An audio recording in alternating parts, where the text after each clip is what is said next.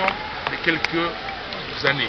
Et on vous l'a déjà dit, depuis longtemps que je vous parle de M. Kabila et de son intention malveillante de contourner la constitution.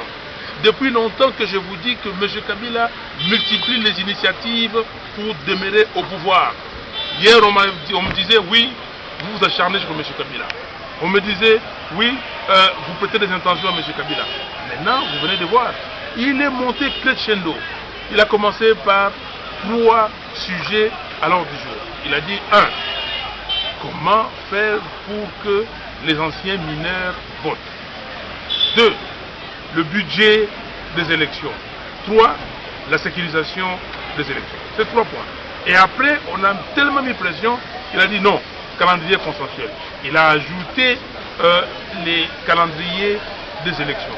Après, maintenant, ils viennent de vous ajouter 2 points, lesquels? Cette réflexion sur le mode des élections. Donc, il faut changer les scrutins. Or, le mode des scrutins sont déjà définis dans notre constitution.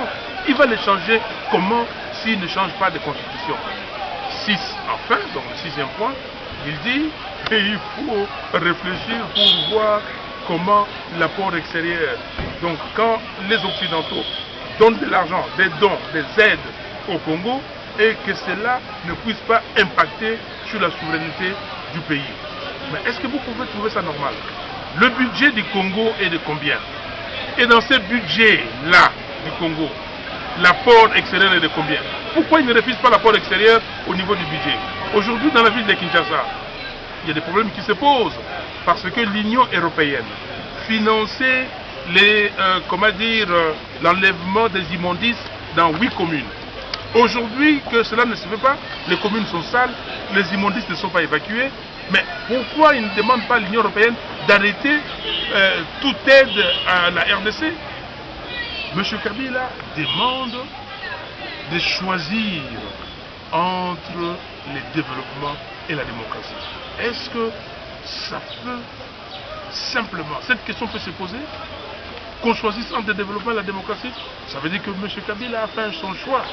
Son choix, c'est demeurer au pouvoir. Son choix, c'est violer la Constitution, faire un coup d'État à la Constitution. Mais nous avons dit non. Non, et c'est pour cela que vous avez vu que nous, la dynamique de l'opposition, et nos frères et sœurs du G7 sont venus. Aujourd'hui, on a scellé l'alliance pour dire à M. Kabila, non, c'est vous qui devez partir. L'alliance qui a été scellée entre les 2 organisations, c'est-à-dire le G7 et la dynamique de l'opposition, cette alliance, maintenant, on voulait l'élargir avec le peuple congolais et dire au peuple congolais de s'approprier l'article 64, ces devoirs constitutionnels que la Constitution lui donne, c'est-à-dire de faire échec à tout individu ou groupe d'individus qui veut exercer le pouvoir ou qui veut prendre le pouvoir en violant la Constitution. Et c'est de ça qu'il s'agit. Nous allons commencer les actions sur le terrain. Ce n'est pas qu'on a fait une déclaration, on s'arrête à ça. Nous allons aller sur le terrain avec des actions concrètes pour, je peux vous le dire, dégager M. Kabila. Donc justement, la question